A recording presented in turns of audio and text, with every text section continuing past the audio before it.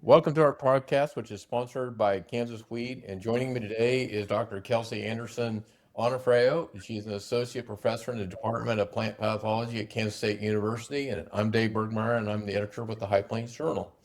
Chelsea is originally from New Jersey and obtained her bachelor's in biology from Lafayette College, her master's in plant pathology from Ohio State University, and her doctorate in plant pathology from the University of Florida. And at Ohio State, Dr. Andersen Onofre research focused on epidemiology and management of fusarium head blight. And so you had quite a career. So welcome, Kelsey, as we talk about the curl mite and wheat streak mosaic virus, and that has continued to be a recurring challenge to many high plains wheat producers. And so, first of all, maybe we'll just talk with what the curl mite might be, is why it's such a tough pest, and what wheat farmers face, and what is maybe some perspective from your part. Yeah, absolutely. And thanks so much for having me here. This is a topic that's on a lot of folks' minds right now, right? Especially as we're moving past wheat harvest in Kansas. And now we're in this kind of critical period where we're really thinking about managing our green bridge and making some decisions as we move into the fall planting window for winter wheat, right? So, one of the things that makes this so challenging is it's a very important disease, right? Wheat streak mosaic complex. That's actually a few different diseases, right? So we have three viral diseases: wheat streak mosaic virus, the triticum mosaic virus, and high plains wheat mosaic virus, right? And all of those are present at different levels or many times together throughout Kansas, right? And throughout the southern Great Plains region. And they're all moved around by the very, very, very tiny, almost microscopic wheat curl mite, right? And this wheat curl mite it's prolific. It's everywhere in all wheat fields in Kansas, really, and it reproduces really rapidly, but we really can't see it, right? So it's really challenging to manage because it's one of those pests that we know is there. We know conditions that favor the development and movement of the curl mite. But it's just so hard to see, right? So sometimes we have a lot of wheat curl mite pressure, and we just don't see the result of that until April when our wheat crop starts to turn yellow, essentially. So this has been a pretty tough problem in Kansas and the region in the last several years. So how much damage can it do to the, if unchecked and all that? That's a question. I know that you probably the first question you get in a lot of places, but can maybe walk us through what unchecked means? Yeah, absolutely. So a lot of things play into wheat yield loss to this complex of viruses, right? So and your loss can range. So we can look at 5-10% yield loss, and we can look at fields that have complete yield loss, right? And what really plays into that are a couple things.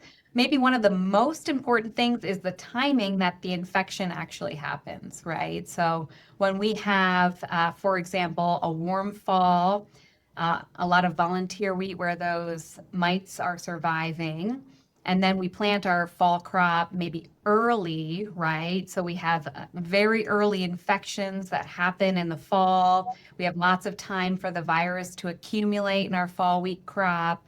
And then, we move into the winter. That's when we see the most severe yield loss, right? Because the virus actually has a lot of time to move in the plants. We see loss of a lot of tillers. We see extreme stunting in those cases. And in some cases, those fall infections are so bad, we have almost no yield, right? We can have 90% yield loss to 100% yield loss in those cases.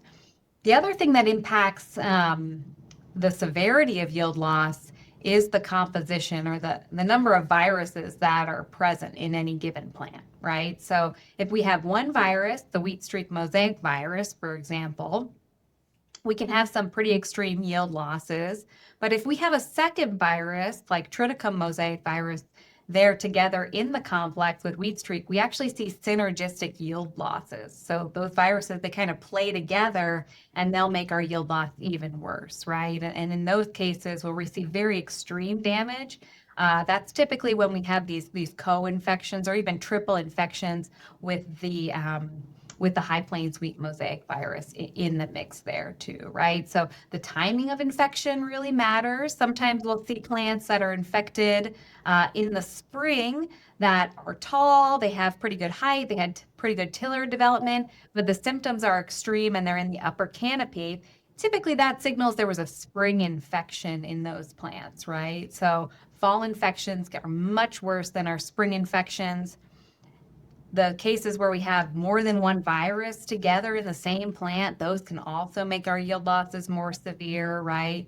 And then sometimes our planting timing and critically our variety choice can make a big difference, right? So we don't have perfect varieties, but that choice in variety can kind of influence how extreme yield loss is to this complex of viruses, right? So a lot of things factor into it. I know a lot of times I get the question, hey, how much loss will I have on this specific field? And a lot of times it comes down to walking through those scenarios really to figure out, how early that infection happened and what viruses we had and how much resistance we have in our variety. But it's not uncommon for us to see fields that have a total loss here in this region.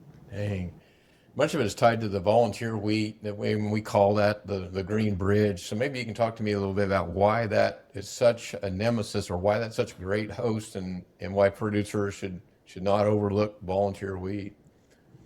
Yeah, so absolutely. Volunteer wheat is one of our kind of most important things we think about when we think about managing wheat streak mosaic. And that's because of the way these curl mites work, right? So they survive in that wheat crop through the spring. They're kind of building in number, although we can't see them. We have about 1 billion mites in any given wheat field at the end of the season when our temperatures are warm and we're close to harvest. And those mites, they're very small. They're, like I said, they're almost microscopic, right? You really can't see them well. They're very simple. They can't survive very long if they're, for example, off of a host crop, if they're off of wheat.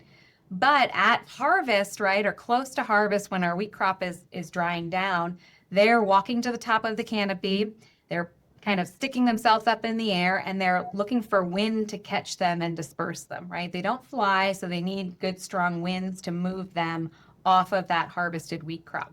And then if they land in volunteer wheat, right? So say we had pre-harvest hail and we have a lot of volunteer wheat, or if we had, like this year, right, delayed harvests and we have a lot of shattering, right, a lot of lodging that, left a lot of grain on the soil surface, right? We have more volunteer. Those curl mites, they just have to fall straight down and then they just continue to survive over the summer in that green host, right, in volunteer wheat, less so in some of the grassy host species, but they really do their best work in volunteer wheat.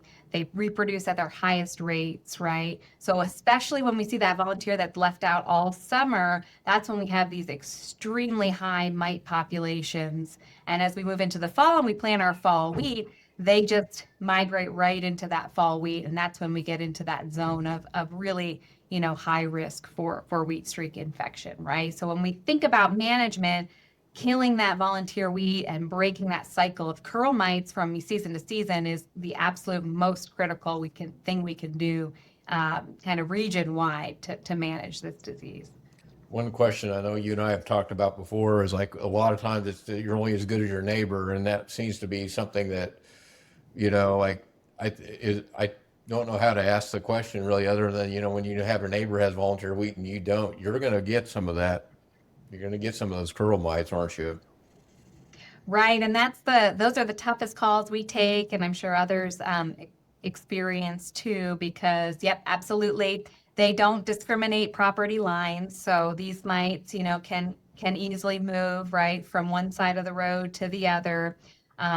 So that's why we've really pushed some regional recommendations for planting dates. So that's been a new recommendation out of K-State to move towards regional wheat-free periods, right? So this kind of shifts our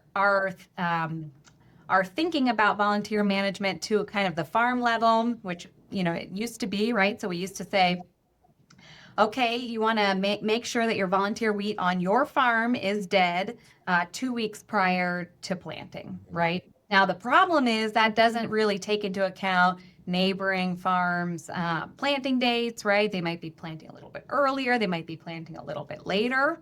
And so, in coordination with the Kansas Wheat Commission and lots of discussion with my colleagues that are wheat scientists and agronomists, we've moved to this recommendation of regional wheat-free windows. And these are a little bit different. So they're structured for, regions of the state, and they're based on the optimal winter wheat planting date for that specific region, right? So, for example, right, if we think about Northwest Kansas, right, we might say that wheat-free period is 30 days from the start of the optimal planting window for winter wheat, right? So that's more of a regional approach, right, which takes into consideration that unfortunately these curl mites, they don't respect property lines, right? And there is a big influence in the environment of individual farms, right? So we think about just diluting those mite populations. Anything we can do to really break the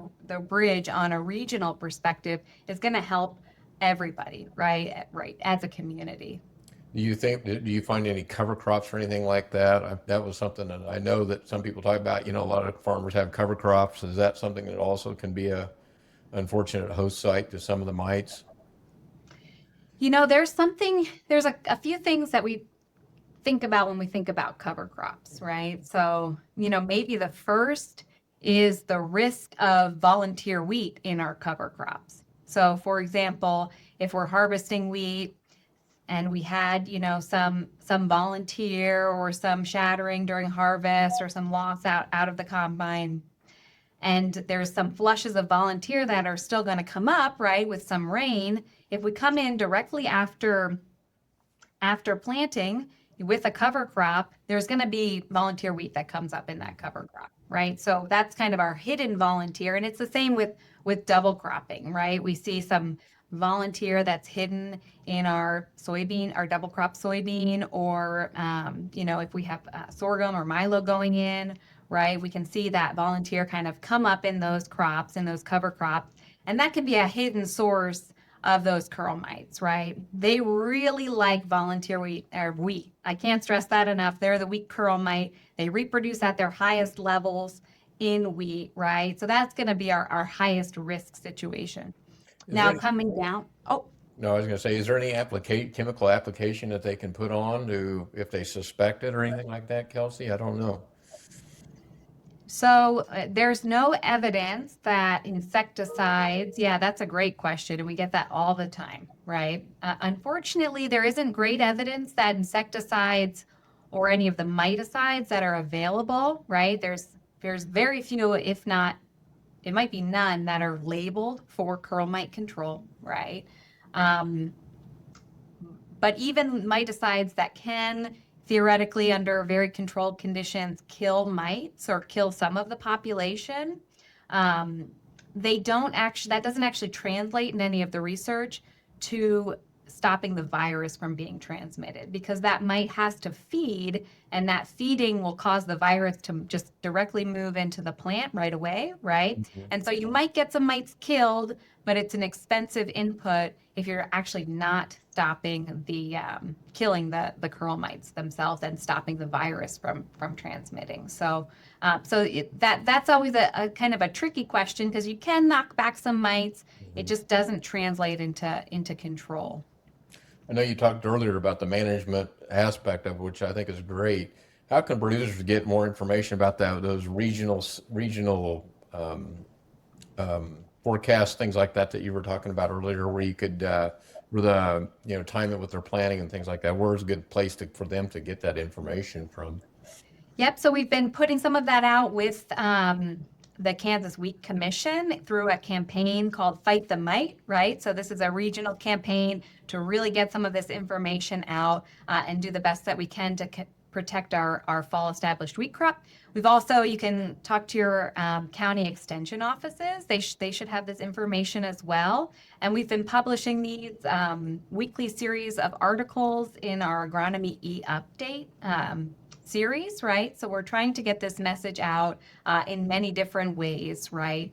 To share this message of these wheat-free windows. And I think that's part of one of the reasons we're talking to you today, Yeah, Dave.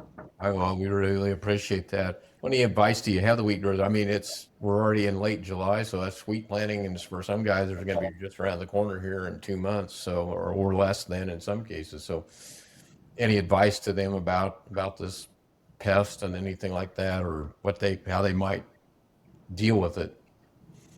Yeah, absolutely. So thinking about, what we can do now, right? One is control that volunteer, right?